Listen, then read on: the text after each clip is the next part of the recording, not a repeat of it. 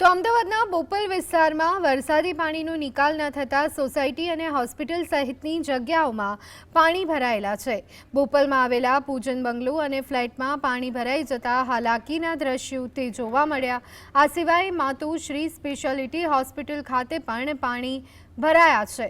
2 દિવસથી હાલાકીના દ્રશ્યોની વચ્ચે સ્થાનિકો આત્મનિર્ભર બની ગયા છે।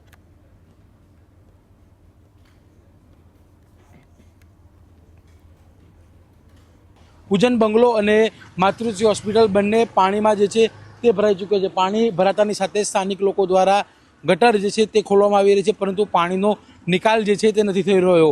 6 કલાકથી વધુનો સમય થયો છે, વરસાદ બંધ થઈ ચૂક્યું છે અમદાવાદમાં, પરંતુ ક્યાંક ને ક્યાંક અમદાવાદ મ્યુનિસિપલ કોર્પોરેશનની પોલ ખુલી રહી છે। અમદાવાદ મ્યુનિસિપલ કોર્પોરેશન દ્વારા પ્રી મોન્સૂન પ્લાનને લઈ જે કરોડો રૂપિયાનો ખર્ચો કરવામાં આવતો હોય છે તે માત્ર કાગળ ઉપર જ જોવા મળી રહ્યો છે, જેના કારણે તમામ લોકો જે છે તે ખૂબ જ મુશ્કેલીમાં મુકાયેલા જોવા મળી રહ્યા છે।